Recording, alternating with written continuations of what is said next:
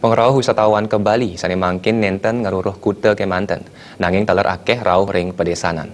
Perendikan puniki menjantan nenten lempas saking promosi desa wisata sane wenten ring Pulau Dewata.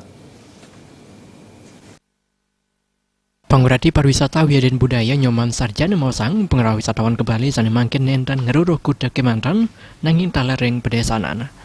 Parindikan punika menjantan mediosan sarang kuentenan sedurungyane sandukan wisatawan akean rauh ring kuta Kemanten. Nabi Mali transportasi ring mekatah widangan saen becik kewohin anduk promosi desa wisata. Parindikan punika sane ngedauden mana pariwisatawan nerapan anduk potensi sane kedua nang suang-suang desa ring Bali.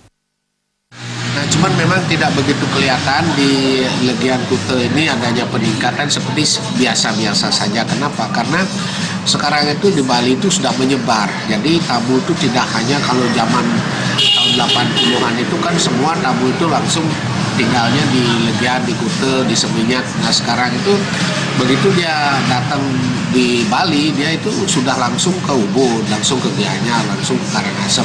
Karena transportasi semuanya sudah mudah, termasuk jujur saja kadang-kadang kamu memilih desa-desa yang belum dijamah oleh wisatawan itu. Jadi sehingga tamu-tamu yang datang ke Legian yang tinggal di sini itu kelihatan tamu-tamu itu saja.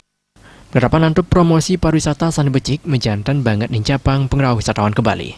Nabi Mali keterapdian widangan tala saen becik mawinan deg-deg kayun para wisatawane mesa sanjan ring Bali. Andika, Bali TV.